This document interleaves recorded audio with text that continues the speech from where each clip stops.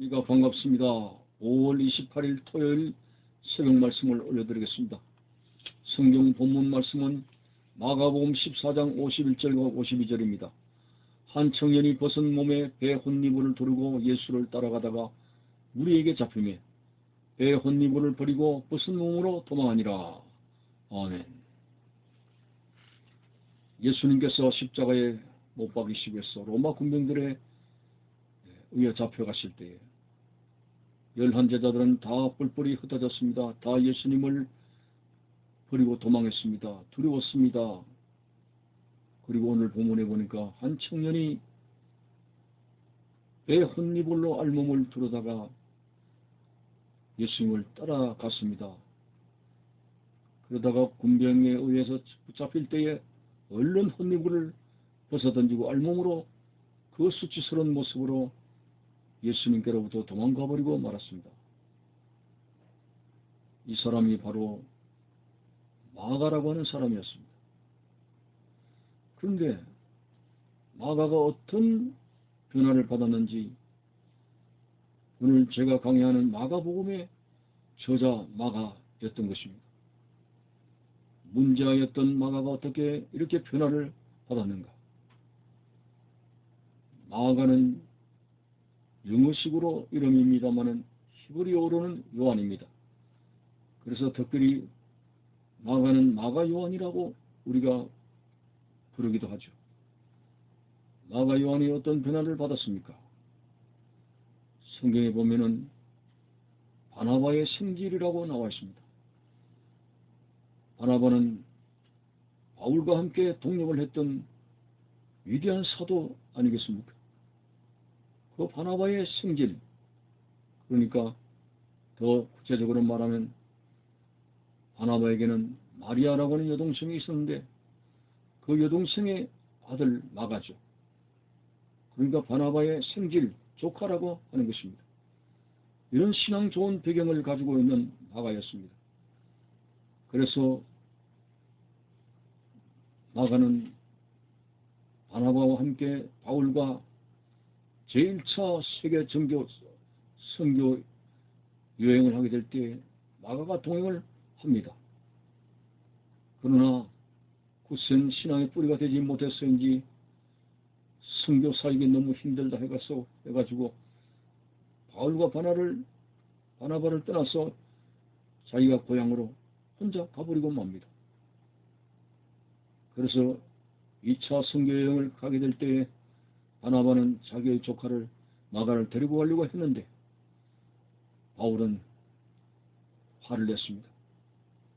1차 선교여행 때 우리를 저버리고 간 그런 배신을 때린 마가를 데리고 갈 수 없다. 그렇지만 바나바는 사역보다도 인간 자체를 귀중하게 여겼기 때문에 마가를 데리고 가려고 하다가 심한 다툼을 벌였죠.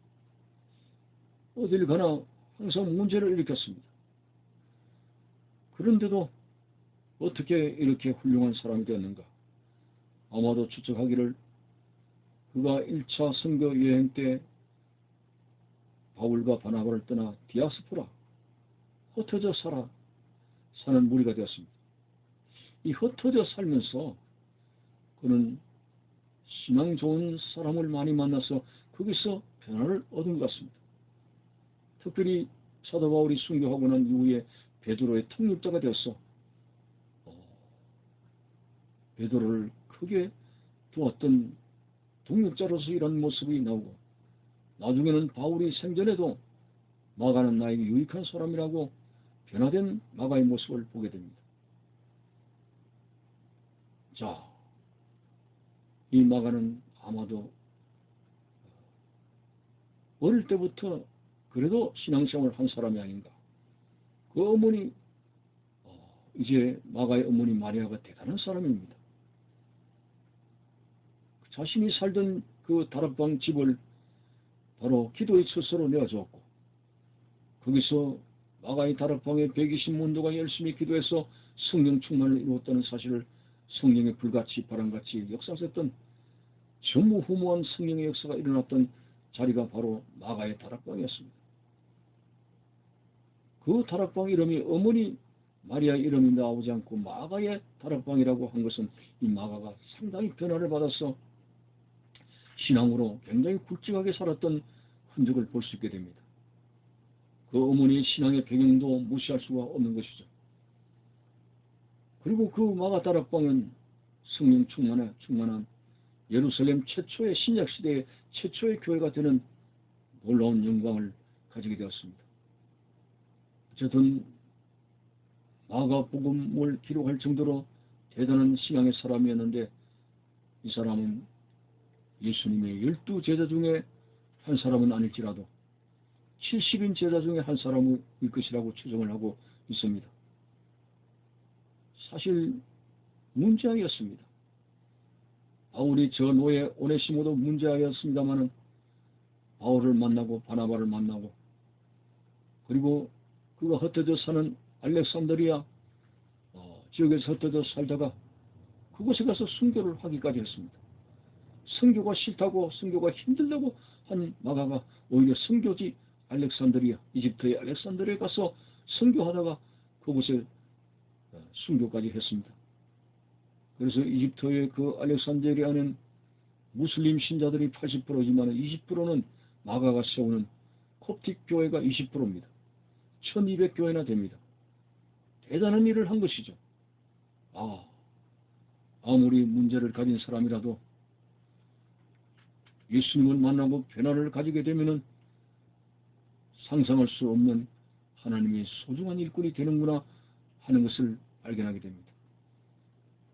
그래서 바울은 믿음이 약한 자를 함부로 판단하지 말라고 했습니다.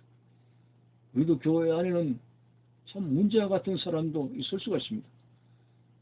저 사람이 어떻게 신앙생활을 할 수가 있느냐? 저 사람이 변화를 받을 수가 있느냐? 여러 가지 의아심을 가지게 됩니다마는 하나님 앞에서는 누가 옳다 그러다 누가 성숙하다 약하다 이런 판단을 못합니다. 하나님 앞에서는 알 수가 없는 것이 어떤 사람이 더 크게 일할 수 있는 문제와 오네시모를 비롯해서 마가도 이렇게 변화를 받아서 전무후무한 하나님의 소중한 일꾼이 되지 않았습니까? 아무도 판단할 수 없는 것이죠.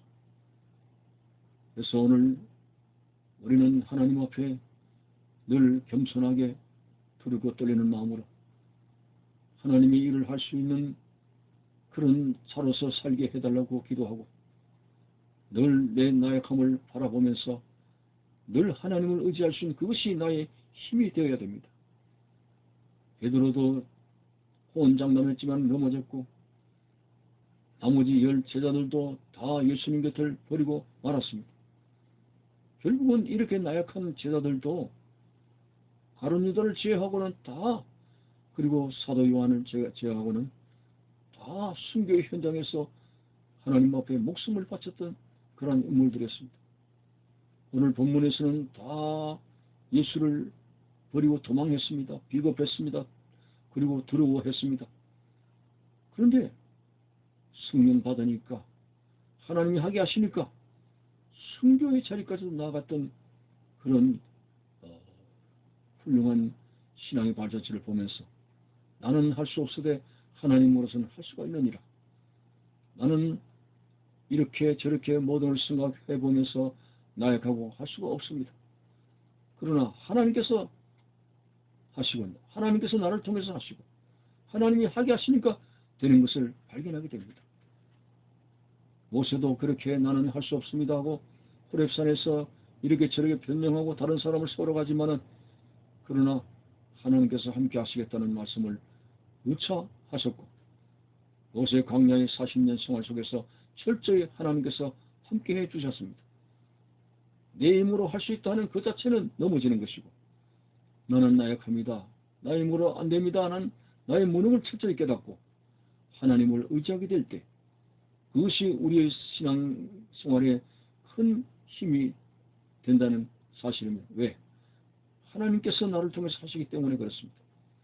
내가 하는 것이 아니라 하나님께서 나를 통해서 하시도록 항상 내 마음을 비우는 이것이 신앙생활의 큰 힘인 줄 알고 오늘도 마가 같은 사람도 변화를 받았어 위대한 하나님의 사람이 되고 사역자가 되고 마가복음을 기록할 수 있는 사람이 된 것처럼 우리들도 하나님의 은혜가 임하면 하나님의 능력이 임하면 하나님께서 함께 하시면 우리도 할 수 있는 자인 줄 알고 내게 능력 주시는 자 안에서 내가 모든 것을 할 수 있다. 어떤 형편에도 적응할 수 있다는 이 믿음을 가지고 나가는 승리하는 여러분들 되시기를 바라는 것입니다. 감사합니다.